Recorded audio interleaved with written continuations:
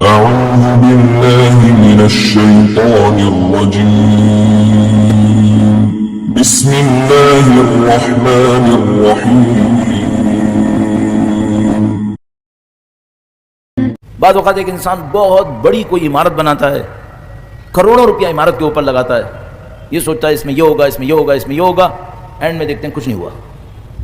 کیا سوچا تھا، کیوں ہوگا، کیسا ہوگا، کچھ نہیں ہوا۔ کبھی ہم دیکھتے نہیں کسی نے کوئی چھوٹا سا عمل انجام دیا ہے، وہ عمل باقی رہ گیا، اس عمل کا اثر ہو گیا، اس عمل کو خدا نے قبول کر لیا۔ اب ہمارا جو سوال ہے موضوع کی مناسبت سے وہ یہ ہے، ہم اپنے عمل میں جان کیسے ڈالیں؟ ہم بھی تو ایک عمل ہی کر رہے ہیں نا، نماز پڑھتے ہیں تو کیا ہے، یہ عمل ہے، روزہ رکھیں گے عمل ہے، قرآن کریم پڑھیں گے عمل ہے، ہم کیسے اس کے اندر اثر ڈالیں؟ اس کا طریقہ کار یہ ہوگا کہ آپ اور میں اپنی نیت کو کچھ ایسا کر لیں کہ وہ نیت عمل کو قیمت دے دیتی ہے۔ ہم سب کو معلوم، حضرت اسماعیل علیہ السلام کی والدہ اس پہاڑی سے اس پہاڑی تک گئیں، خدا نے واجب کر دیا کروڑوں انسانوں کے اوپر کہ تم بھی اس پہاڑی سے اس پہاڑی تک جاؤ۔ جانے ایک جانور کے گلے پہ چھری چلائی حضرت ابراہیم علیہ السلام نے، خدا نے کہا کہ تمام مسلمان یہ کریں گے، ہو گیا۔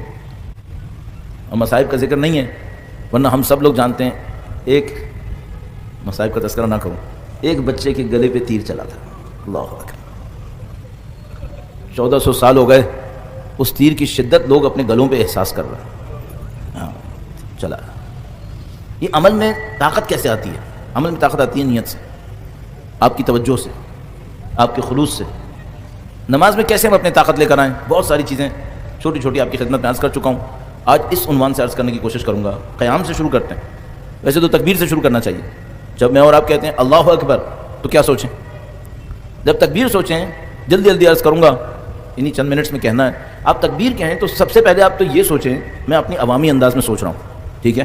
سب سے پہلے تو میں سوچوں یہ تکبیر کہہ کر میں بیت اللہ میں داخل ہو گیا۔ اس تکبیر سے پہلے میں گردن موڑ سکتا تھا، اب نہیں موڑ سکتا۔ اس تکبیر سے پہلے میں کچھ بول سکتا تھا اپنی مرضی سے، اب نہیں بول سکتا۔ اس تکبیر سے پہلے بہت کچھ کر سکتا تھا، اب نہیں کر سکتا۔ کیوں نہیں کر سکتا؟ اب میں کسی جگہ داخل ہو گیا ہوں۔ اب جس جگہ داخل ہوا ہوں وہاں میری مرضی ختم، صرف رب کی مرضی ختم، بس۔ یہ نماز ہماری پوری زندگی کی علامت تھی۔ جس طرح نماز میں ہماری مرضی نہیں چلتی نا، ہاں ہوں بھی اپنی مرضی سے نہیں کر سکتے، یہ نماز ہمیں دکھا رہی تھی تمہیں پوری زندگی ایسے ہی ہونا ہے۔ اس لیے ہم بار بار عرض کرتے ہیں، قرآن کریم نے نہیں کہا نماز پڑھو، قرآن کریم نے 63 مرتبہ تقریباً کہا ہے نماز قائم کرو۔ یہ جو نماز پڑھنا ہے یہ اس بات کا وعدہ ہے کہ میں نماز قائم کروں گا۔ وہ نماز قائم کیسے کروں گا؟ نماز میں اپنی مرضی سے نہیں بولتا، تو پھر باہر بھی بولنے سے پہلے سوچ لو کہ کیا بول رہے ہو۔ سوشل میڈیا کا دور ہے، ایک بندہ دیکھتا ہے گروپ میں ایک چیز آئی ہے، وہ اس کو وہاں سے اٹھاتا ہے 25 گروپس میں بھیج دیتا ہے، پھر جن دوسروں گروپس میں بھیجتا ہے اس میں سے کوئی پوچھتا ہے کہ بھائی یہ تو نے بھیجنے سے پہلے پڑھا تھا کہ کیا ہے؟ تو کہتا ہے نہیں بھائی اصل میں ویڈیو لمبی تھی، میں نے چند سیکنڈ تو دیکھی تھی، باقی میں نے کہا اچھا ہوگا میں نے بھیج دیا۔ صرف ایک بات پوچھ رہا ہوں، اور ایک نصیحت جو شاید آیت اللہ حسن زادہ عاملی سے منسوب ہے یا آیت اللہ جوادی عاملی سے منسوب ہے، وہ یہ کہتے ہیں تم سوشل میڈیا کے اوپر جو ہاں نہ بھی کر رہے ہو، مثلا like this like, follow in follow, forward نہیں کیا، جو کچھ بھی کر رہے ہو کل قیامت کے دن جواب دینا ہے، یہ سوچ لو بس۔ اچھا ایک لطیفہ اچھا لگا میں نے بھیج دیا، اس لطیفے میں دین کی ایک توہین تھی، تم نے بھیج دیا نا، اب دین کی توہین کا جو سلسلہ شروع ہوا ہے نا، آپ بھی شریک ہو۔ آپ نے تو مذاق میں بھیجا تھا، کس نے کہا کہ اتنے غیر ذمہ دار بنو؟ قرآن کریم تو فرماتا ہے ان السمع والبصر والفؤاد کل اولئک، یہ تمہاری کان، یہ تمہاری آنکھیں، یہ تمہارا دل، یہ سب کے سب قیامت کے دن سوال کیے جائیں گے۔ کیوں کیا؟ یہ جو نماز ہے اس کی علامت ہے۔ نماز میں آپ ہاں ہوں کر سکتے ہو اپنی مرضی سے؟ نہیں کر سکتے۔ ہاتھ ادھر ادھر ہلا سکتے ہو اپنی مرضی سے؟ نہیں ہلا سکتے۔ گردن پھیر سکتے ہو؟ نہیں پھیر سکتے۔ یہ کس بات کی علامت ہے؟ زندگی میں بھی ایسے ہی بنو۔ کیوں منمانی کر رہے ہو جبکہ تم خدا کے بندے ہو؟ تو جب آپ تکبیر کہیں تو اپنے آپ کو کیا سوچیں؟ آپ یہ سوچیں بھائی میں بیت اللہ میں داخل ہو گیا، میں اللہ کی حریم میں داخل ہو گیا ہوں، اللہ کے حرم میں داخل ہو گیا ہوں۔ ویسے یہ بھی خدا کا حرم ہے، یہ بھی خدا کا ہی حرم ہے، یہ تو ہم احساس نہیں کر رہے، لیکن کم از کم نماز پڑھنے پر تو یہ سوچ لے کہ بھائی اب میں بیت اللہ میں آ گیا، مثلا حریم خدا میں آ گیا، اسی لیے تو اس کو تکبیرۃ الاحرام کہتے ہیں۔ اب کھڑے ہوئے جناب، اب کیا سوچیں؟ جو آپ نے قرات کرنی ہے وہ کریں گے، آپ توجہ سے کریں، کم از کم معنی تو سوچیں کہ کیا بول رہے ہیں۔ قیام میں سب سے امپورٹنٹ کیا سوچیں؟ سب سے امپورٹنٹ یہ سوچو کہ کل ہم نے مرنے کے بعد خدا کے سامنے قیامت کے دن کھڑا ہونا ہے. اچھا میں آپ سے ایک سوال پوچھوں گا, قیامت کے دن جو خدا کے سامنے جانا ہے, آپ باادب مہذب بن کے جانا چاہیں گے یا نعوذ باللہ تعالیٰ بے ادب بے تہذیب بن کے جانا چاہیں گے؟ بھائی آپ مثلا مجھے یہ کہیں کہ بھائی کل آپ نے کسی مرجع تقلید سے ملنا ہے اور میں ان کے سامنے بیٹھوں گا, مؤدب بیٹھنا چاہتا ہوں یا بے ادب بیٹھنا چاہتا ہوں؟ مؤدب بیٹھنا چاہتا ہوں. میں مثلا اتنی بڑی ہستی کے سامنے بے ادب کیوں بیٹھوں؟ کل مجھے زری پہ جانا ہے, زری پہ جاتے وقت میں اپنے آپ کو مؤدب بناؤں یا بے ادب رہوں؟ نعوذ باللہ تعالیٰ, ظاہر میں چاہتا ہوں مؤدب بنوں. جو آپ قیامت کے دن خدا کے سامنے اپنے آپ کو دیکھنا چاہتے ہو نا, آج نماز میں ویسے ہی ہو جاؤ, خدا اسے سنبھال لے گا. اگر بچت نے کیا کہا تھا, اول وقت نماز پڑھو, خدا تمہارے کام کو اول وقت حل کروا دے گا.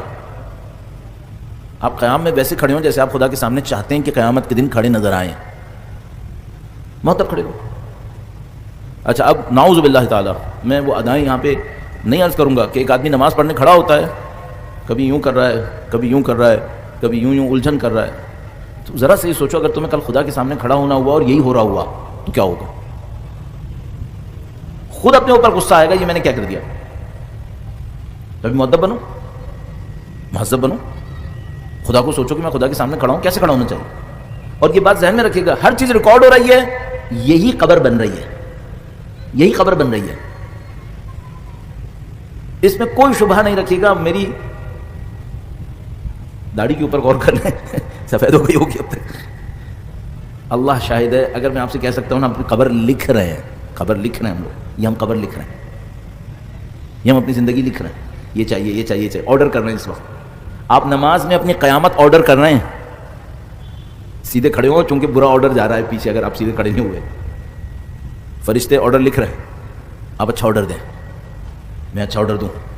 تو نماز میں کھڑے ہوئے ہیں, مؤدب کھڑے رہو. ہاتھ میں نے عرض کیا تہذیب سے سامنے رکھو. اگر لٹکانے بھی ہیں تمیز سے لٹکائیں, ایسا کہ دیکھنے والے کو لگے کہ بندہ کھڑا ہے, نہ کہ لگے کہ نعوذ باللہ تعالیٰ کوئی ایروگینٹ مغرور انسان کھڑا ہے. نعوذ باللہ تعالیٰ. تھوڑا کمر کو جھکاؤ, سجدگاہ پہ نظر رکھیں ادب کے ساتھ کہ خدا تیرے حضور کھڑے, قبول فرما اس کو ہم سے. صحیح, یہ بہت اہم کام ہے, بہت اہم کام ہے. اس کے بعد معاملہ آتا ہے بھائی رکوع کرنے کا. ایک ہی دن میں سارے اعمال عرض کرنے. جو رکوع کا معاملہ یہ بہت عجیب ہے.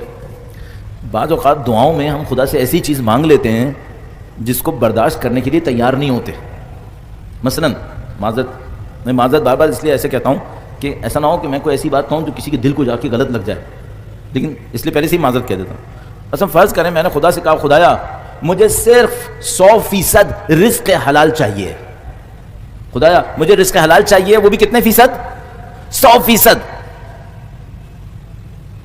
میں اپنے آپ سے یہ سوال کر رہا ہوں, اگر میں نے یہ دعا مانگی, دل سے مانگی, اور خدا سے چاہتا ہوں کہ قبول ہو, صحیح ہے, غربت کے لیے تیار رہوں یا نہ رہوں؟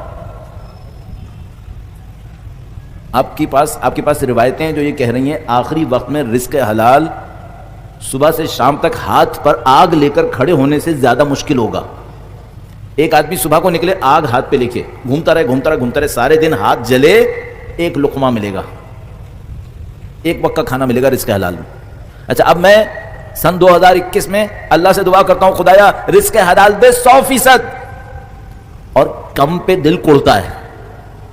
جب میرے مال میں کمی ہوتی ہے تو میرا دل کوڑتا ہے, تو خدا کے فرشتے ہم سے کہیں گے تو ایک سائڈ کو ہو لے, یا ادھر ہو جا یا ادھر ہو جا.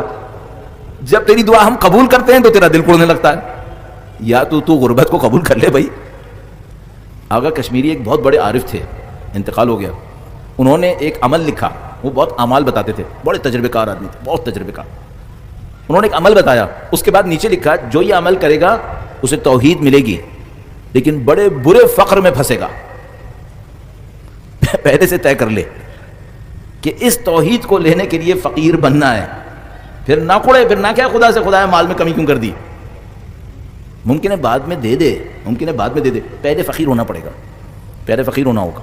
میں نے اپنی آنکھوں سے, کچھ چیزیں انسان کتابوں میں پڑھتا ہے نا, ایک بات اور ہوتی ہے, آنکھوں سے دیکھتا ہے ایک بات اور ہوتی ہے. آنکھوں سے دیکھا ایک بندہ ایمان کے راستے پہ آتا ہے, پہلے گھر والے علیحدہ ہوتے ہیں, بچے چھن جاتے ہیں, بزنس ہاتھ سے جاتا ہے, دماغ میں کینسر آ جاتا ہے.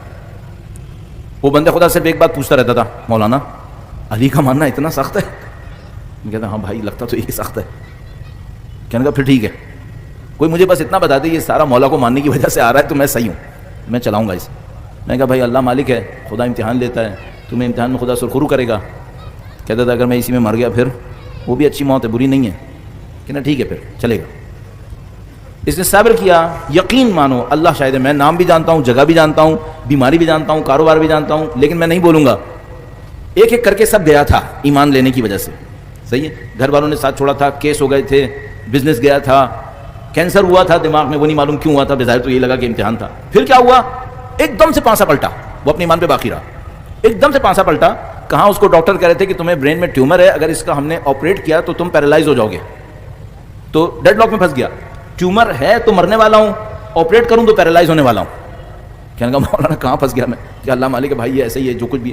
یہ سب تھا اللہ شاہد. آپ کہیں گے میں کہانی سنا رہا ہوں. نہیں کہانی نہیں ہے. ایک دفعہ مجھے فون کیا، مجھے بتایا، کہنے کا مولانا ایک عجیب بات ہو گئی. میں نے کہا کیا ہوا؟ کہنے کا وہ ٹیومر جیسے آیا تھا ویسے ہی غائب ہو گیا. کہنے کا غائب ہو گیا. میں نے کہا صحت مند؟ کہنے کا مولانا صحت مند، ابھی بھی زندہ ہے ماشاءاللہ، ایکٹیو. اس کے کچھ دنوں کے بعد، کچھ عرصے کے بعد پھر رابطہ ہوا. میں نے کہا ہاں بھائی کیا خیر خبر؟ کہنا مولانا الحمدللہ شادی ہو گئی ہے، بچے ہوئے الحمدللہ. پھر کچھ عرصے بعد ہاں بھائی. کہنے کا مولانا بزنس اسٹیبلش ہو گیا الحمدللہ، لائف وہیں پہ آ گئی جہاں پہلے تھی، سب صحیح ہو گیا. اور یہ ایک ٹائم پہ ایسا پھنس گیا تھا، لگ رہا تھا جیسے اس بیچارے سے زیادہ مسکین انسان کوئی نہیں ہوگا. ان مع العسر یسرا سیجعل اللہ بعد عسر یسرا. یہ خدا کا قانون ہے. یہ جو رکوع ہے اس سے مجھے یاد آ گیا یہ ساری باتیں. کیوں؟ رکوع میں انسان جائے، ہاتھوں سے ذرا زانوں کو دبائے، تھوڑا سا دبائے، کمر سیدھی کرے، گردن سیدھی کرے، اور خدا سے کہے خدایا میں تیری راہ میں گردن کٹانے کو تیار ہوں. مانگنا مشکل ہے؟ نہیں. کٹانا آسان ہے؟ ہاں نہیں، بہت مشکل ہے. اچھا آپ کہیں گے مولانا مانگ لیتے ہیں، ہم کون سا سیریا میں بیٹھے ہیں، ہم تھوڑی، ہماری یہاں کہاں گردنیں کٹ رہی ہیں. بیٹا وہ خدا بعض اوقات گردن نہیں بھی کاٹتا، لیکن ایسا غم دیتا ہے گردن کٹانے کی آرزو کرو گے. جب امتحان لیتا ہے نا تو بعض اوقات ایسا غم دیتا ہے کہ آپ آرزو کرو گے کہ خدا گردن ہی کٹ جاتی. یہ خدا کا نظام ہے. کچھ کو گردن کٹانے کے بعد گردن کٹے کا ثواب دیتا ہے، کچھ کو بغیر گردن کٹے کا ثواب دیتا ہے. خدا کا بڑا عجیب نظام ہے. آپ مانگنے سے پہلے سوچ لینا کیا مانگ رہے ہو. لیکن اس میں مانگنا یہی ہے، اس میں مقام ہے. یہ صاحب رکو ہو گیا. اتنی آسانی سے ہو جائے گا؟ اتنی آسانی سے نہیں ہوگا. معاملات آئیں گے. جب آپ کا رکوع اچھا ہونا شروع ہوگا نا تو تھوڑا سا گردن پہ بوجھ بڑھے گا. پھر آپ کی ہمت کے اوپر ہے کہ آپ کتنا بوجھ اٹھائیں گے. صحیح ہے. میں نے شروع سے اشارے کنائے میں آپ کو سب بتا دیا ہے، بعد میں نہیں کہے گا مولانا نے کہاں پھنسا دیا ہم لوگوں کو. پھر آپ کہیں گے سمع اللہ لمن حمیدہ. جیسے یہ جملہ کہیں اپنے آپ سے پوچھیں جو کچھ اب تک کیا وہ حمد کہلانے کے قابل تھا؟